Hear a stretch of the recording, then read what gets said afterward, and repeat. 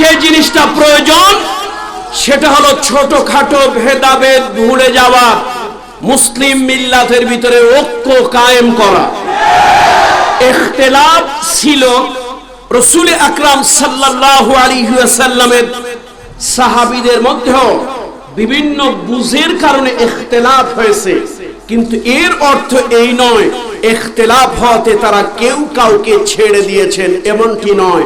আল্লাহ তাআলা ছোটখাটো বিষয়ে ইখতিলাফ থাকলেও আল্লাহ তাআলা আমাদের ভিতরে যেন একটা মহা ঐক্য সৃষ্টি করে দেন এবং মুসলিম মিল্লাতের প্রয়োজনে আমরা সেই ঐক্যবদ্ধ শক্তি যেন বাতিলের বিরুদ্ধে, অন্যায় অসত্যের বিরুদ্ধে, তাগুতের বিরুদ্ধে যেন আমরা কাজে লাগাতে পারি। আল্লাহ তাআলা সেই তৌফিক দান করুন।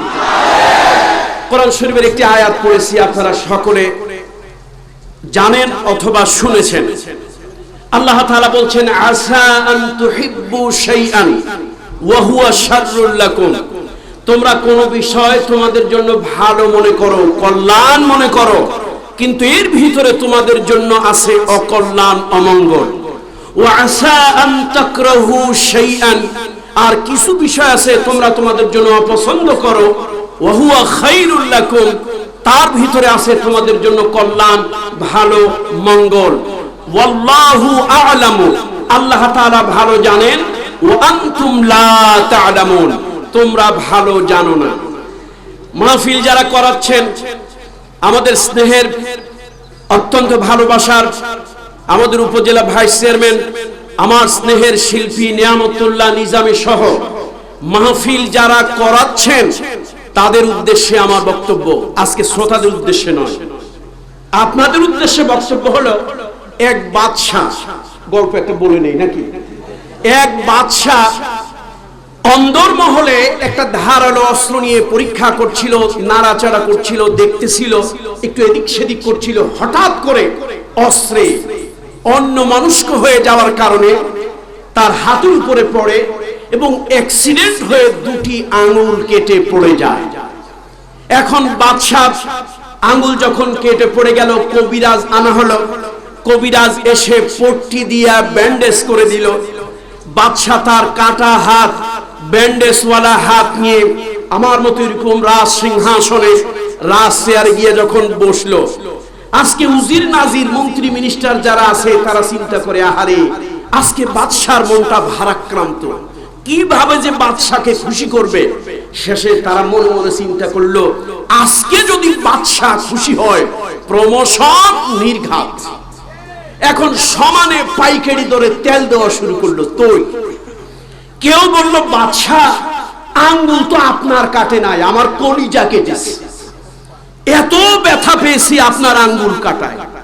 আরেকজন বলল, বাদশা আপনার আঙ্গুল যখন কেটেছে, কত ফোঁটা রক্ত পড়েছে জানি না, আপনার আঙ্গুল দিয়ে যত ফোঁটা রক্ত নির্গত হয়েছে, এই সংবাদ শোনার পর আমার কলিজা দিয়ে অত ফোঁটা রক্ত নির্গত হয়েছে। আরেকজন বলল, বাদশাহ আঙ্গুল তো আপনার কাটে না, এক গোটা জাতির আঙ্গুল কেটেছে। এখন ওই মজলিসে ছিল একজন আল্লাহ ওয়ালা বুজুর্গ, একজন আল্লাহ ওয়ালা। এই বুজুর্গ চিন্তা করে, আল্লাহ রাজা বাদশাহ মানুষ, অকারমা ঢেকি, নিজের জুতাটা নিজে পড়ে না, মোজাটা নিজে পায় দেয় না, এক গ্লাস পানি পর্যন্ত নিজে ঢেলে খায় না, তার হাতের আঙ্গুল কেন কাটবে, এটা তো আমার বুঝে আসে। তো বুজুর্গ আল্লাহ ওয়ালা চিন্তা করতেছে, আল্লাহ এর ভিতরে যদি কোনো কল্যাণ আপনি লিখে রাখেন, এর ভিতরে যদি কোনো মঙ্গল আপনি লিখে রাখেন, আল্লাহ তাআলা আপনার দরবারে শুকরিয়া আদায় করছি, আলহামদুলিল্লাহ। আচ্ছা, আলহামদুলিল্লাহ কি আপনারা খুশি হইলে বলেন না বেজার হইলে বলেন? একজন জিজ্ঞেস করছিল, ভাই যাও কই? কই গরু কিনতে যাই বাজারে। গরু কিনতে যাই, বলো ইনশাআল্লাহ গরু কিনতে যাই, টাকা আমার পকেটে, যাচ্ছি বাজারে, ইনশাআল্লাহ বলার দরকার কি? কয় না, ভবিষ্যৎ কোনো কাজ করতে হলে বলতে হয় কি ইনশাআল্লাহ, যদি আল্লাহ তাআলা চান। তো বেচারা গেছে বাজারে, বাজারে গিয়ে মাশাআল্লাহ অনেক দেখা টাকার পর গরু একটা ঠিক হয়েছে। যেই না বেচারারে টাকা দেবে, পকেটে হাত দিয়ে দেখে সর্বনাশ, টাকা তো নাই। ওই যে ডবল ভদ্রলোক আছে, কিছু দুই আঙ্গুলের কাজ কারবার করে, আছে না? এই ডবল ভদ্রকুলেরা কোন ফাঁকে যেন কাজ সেরে দিয়েছে। এখন কয় ভাই ভাই টাকা তো নাই। শেষে বাড়িতে আসে লোকেরা জিজ্ঞেস করে ভাই গরু কেন নাই কেন? কয় ইনশাআল্লাহ টাকা চুরি হয়ে গেছে, ইনশাআল্লাহ টাকা চুরি হয়ে গেছে। কয় না এখানে ইনশাআল্লাহ না, এখানে ইন্না লিল্লাহ। কয় দোয়া তো একটা পড়লেই হয়। এখন দোয়া তো শুধু পড়লেই হয় না, দোয়ার মৌকা বুঝে পড়তে হয়। এক লোক ওয়াজে গিয়া শুনছিল ভাই হর কাজে হার কাজে হর হামেশা দোয়া পড়বেন। বেচারা নতুন নতুন ওয়াজ শুনে আমল করতে যখন টয়লেটে ঢুকবে চিন্তা করলো হুজুর তো দোয়া পড়তে বলছে, কি দোয়া পড়বো? তো দোয়া তো একটা পড়লেই হয়, বিসমিল্লাহি ওয়া আলা বারাকাতিল্লাহ। এখন টয়লেটে গেলে কি বিসমিল্লাহি ওয়া আলা বারাকাতিল্লাহ? এখন আলহামদুলিল্লাহ যেহেতু ওই আল্লাহর ওলি বুজুর্গ বলেছে, সবাই ধরে নিয়েছে বাদশার আঙ্গুল কাটায়। কে খুশি হয়েছে? কথা কয় না। ওই বুজুর্গ ব্যক্তি খুশি হয়েছে। খুশি যদি না হবে এই বুজুর্গ ব্যক্তি কেন আলহামদুলিল্লাহ পড়লো? বাদশার মেজাজ খুব গরম হইল। মোল্লা মৌলবী মানুষ, পরের বাড়ি খায়, 6 মাসে বছর যায়। এত মানুষেরা দুঃখ প্রকাশ করলো আর আমার আঙ্গুল কেটেছে। খুশি হয়ে আলহামদুলিল্লাহ কে বললো? শেষে মন্ত্রী মিনিস্টাররা ধরলো, এই হুজুর বাদশার আঙ্গুল কাটছে, আপনি আলহামদুলিল্লাহ বললেন কেন? কয় আমি তো আসলে খুশি হইয়া বলি নাই, আমি বলেছি আল্লাহ আপনি কোন হিকমতে যে বাদশার আঙ্গুল কাটলেন তা তো জানি না, এর ভিতরে আপনি কোন কল্যাণ রাখতেও পারেন, গোপনের খবর গায়েবের খবর আপনি জানেন। আল্লাহ আপনার দরবারে শুকরিয়া আদায় করছি, আলহামদুলিল্লাহ। কিছুদিন পর বাদশাহ বাৎসরিক ভ্রমণে বের হয়েছে। এই আল্লাহর ওলি বুজুর্গকে নিয়ে জঙ্গলের ভিতরে গিয়েছে। সারাদিন ঘুরে হয়রান হয়ে গেছে, কিন্তু কোনো শিকার মিলাতে পারেনি। কয় হুজুর এত চেষ্টা করলাম কোনো শিকার মিলাতে পারলাম না। কয় এটা আল্লাহর ইচ্ছা, আলহামদুলিল্লাহ। বাদশার মেজাজ খুব গরম হয়ে বাদশা কয় দেখেন কথায় কথায় আপনি আলহামদুলিল্লাহ বলেন, মেজাজ আমার খুব গরম হয়, মনে হয় আপনারে খালের মধ্যে নিয়ে চুবাই। হুজুর কয় আলহামদুলিল্লাহ। শেষে বাদশা রাগ করে হুজুরকে হাত পায়ে রশি বেঁধে কুয়ার মধ্যে ফেলে একটা জলাধারের ভিতরে ফেলে বাদশা চলে গেছে। বাদশা চলে গেছে জঙ্গল থেকে বের হয়ে। আল্লাহর কি কুদরত! ফিআলুল হাকিমে লা ইয়াখলু আনিল হিকমা। আল্লাহর কুদরত এমন এক জাতির কাছে গিয়ে ধরা পড়ছে, ওই জাতি হলো অমুসলিম এবং কুসংস্কারে বিশ্বাসী। দীর্ঘদিন তাদের বৃষ্টি হয় না। শেষে তারা সিদ্ধান্ত নিয়েছে কোন ব্যক্তি যদি এই এলাকায় নতুন আসে তারে ধরে দেবতার সামনে বলি দেব, বলি দিলে দেশে বৃষ্টি হবে। এখন বাদশাকে দেখে তারা খুশি হলো, বাদশাকে তারা বলি দেবে নিয়ে গেল। বাদশা কয় দেখো আমি একটা দেশের বাদশা।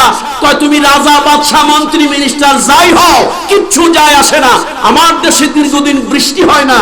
পুরোহিতেরা বলেছে, ব্রাহ্মণ ঠাকুরেরা বলেছে, দেবতাও সন্তুষ্ট হয়েছে, তার মনতুষ্টির জন্য একটা নর বলি দিতে হবে, সুতরাং তোমাকে আমরা বলি দেব।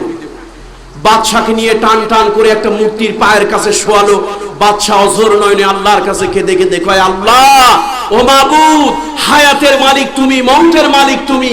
আল্লাহ জীবন ভর অকাম করলাম, খারাপ কাজ করলাম, ভালো কাজ করলাম না। আল্লাহ আমার জীবনটা যদি তুমি দয়া করে বাঁচায় দাও, আর কোনোদিন পাপের পথে যাব না। খাটিয়ে দিলে আল্লাহর কাছে তওবা করতে লাগলো। তাওবাতুন নসুহা, দোয়া আল্লাহর কাছে মঞ্জুর হয়ে গেছে। আল্লাহু আকবার। এখন একজন পুরোহিত এসে বলল, শোনো, লোকটাকে যে তোমরা বলি দিচ্ছ দেবতার উদ্দেশ্যে, এই লোকের কোনো অঙ্গহানি আছে কিনা দেখে নাও। লোকেরা কয় না, দেখার দরকার নাই, কি সুন্দর চেহারা, নাদুস নুদুস ভাব, আবার বেটায় বলে সে নাকি বাদশাহ। যাক, রাজা হোক বাদশাহ হোক যেই হোক, আগে দেখো তার অঙ্গহানি আছে কিনা। যদি অঙ্গহানি থাকে, খুন থাকে, তাহলে দেবতা খুশি হবে না। লোকজন ইনভেস্টিগেশন করতে গিয়া প্রথম চান্সে দেখে কি নাই। আরে কথা কয় না, নাই কি? 2 আঙ্গুল নাই। মেজাজ এইরকম গরম হয়েছে, এতদিন পর যাও লোক একটা পাইলাম, তাও আঙ্গুল নাই। লাঠি একটা দিয়ে কয় ও তোর দিয়ে কাজ হবে না। বাদশাকে আলহামদুলিল্লাহ। ও আল্লাহ, এই আঙ্গুল কাটার ভিতরে তুমি এই হিকমত রাখছিলা তা কি আমি জানি? আরে আঙ্গুল 2টা কেন, 4টাও যদি কেটে যেত। আঙ্গুল তো বড় না, জীবন বড়। কথা ঠিক কিনা বলেন? আল্লাহ তুমি তো আমার আঙ্গুলের কারণে আজকে জীবন বাঁচাই দিছো, তোমার দরবারে শুকরিয়া। এখন বাদশার মনে পড়ছে, হারে আমারে খুশি করার জন্য সবাই তোল মেরেছিল, একজন আল্লাহ ওয়ালা বুজুর্গ, একজন আল্লাহওয়ালা বুজুর্গ, শুধু ওই ব্যক্তি বলেছিল, আল্লাহ বাদশার আঙ্গুল কাটার ভিতরে কোনো হিকমত থাকতেও পারে, মালিক আপনার কুদরত বোঝার সাধ্য কারো নাই। কথা তো ওই হুজুরেরটাই হইল। সুতরাং যাই আর যাই হোক, এই আল্লাহর ওলিকে আল্লাহওয়ালাকে এই বিপদ থেকে উঠাইতে হবে। বাদশাহ হাঁটতে হাঁটতে জঙ্গলের ভিতরে এসে দেখে ওই ডোবার ভিতরে, কুয়ার ভিতরে হুজুরের হাত পা বাঁধা, আল্লাহর জিকির করতেছে। হুজুর বাদশাকে যখনই দেখেছে পড়েছে আলহামদুলিল্লাহ। এখন বাদশাহ গিয়ে কয় হুজুরে, হুজুর আলহামদুলিল্লাহ। হুজুর কয় বাদশাহ আমি তো আগের থেকেই আলহামদুলিল্লাহ, কিন্তু আজকে হঠাৎ আপনি কেন আলহামদুলিল্লাহ? কয় হুজুর কারণ বুঝবেন না হুজুর। আহারে হুজুর ওঠেন আগে, শেষে হুজুরে উঠাইছে, হাত পা বাঁধন খুলেছে, খুলে বলে হুজুর আপনার কি মনে পড়ে একদিন আমার হাতের আঙ্গুল কেটেছিল, সবাই আমারে খুশি করার জন্য, আমারে পান দেওয়ার জন্য, হাওয়া দেওয়ার জন্য, আমার থেকে প্রমোশন ভাগিয়ে নেওয়ার জন্য সবাই দুঃখ প্রকাশ করেছিল, কিন্তু আল্লাহর কুদরতের কথা কেউ বলে নাই, কেউ চিন্তাও করে নাই। হুজুর আপনি একমাত্র ব্যক্তি আল্লাহর কুদরতের কথা চিন্তা করে বলেছিলেন, আল্লাহ বাদশার আঙ্গুল কাটার কথা না, এই বাদশার আঙ্গুল কাটার ভিতরে আপনি কোনো হিকমত রাখতেও পারেন, আলহামদুলিল্লাহ। ও হুজুর এই আঙ্গুল কাটা আজকে আমার জীবন বাঁচাইছে।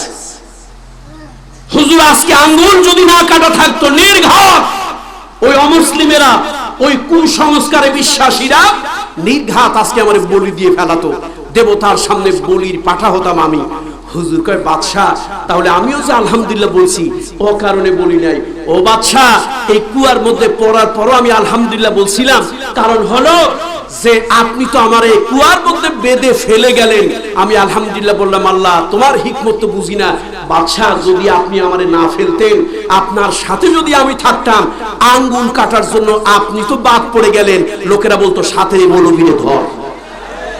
এত সুন্দর চেহারা ঢকঢুক না হইলেও আমার কোথাও অঙ্গহানি, আঙ্গুল কাটা নাই, নির্ঘাত বলির পাঠা আমি হইতাম। আল্লাহ আমারে বাঁচানোর জন্য কোথায় ফেলছে? আরে কথা কয় না, ফেলছে কোথায়?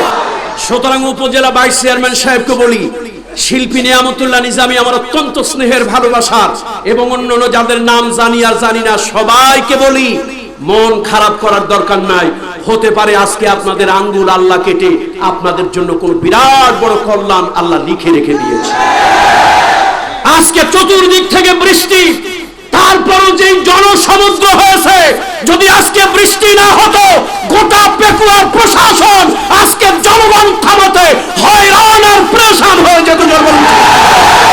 সুতরাং এইটা যা কিছু হয় আল্লাহর পক্ষ থেকে হয়, যা কিছু হয় কার পক্ষ থেকে হয়? সুতরাং থামুন থামুন থামুন। আজকে বৃষ্টি দিয়া আল্লাহ তাআলা পরীক্ষা করেছে, বিশেষ করে পেকুয়া দিগন্ত ফাউন্ডেশনকে আল্লাহ পরীক্ষা করেছে। এই পরীক্ষায় তারা উত্তীর্ণ হবে।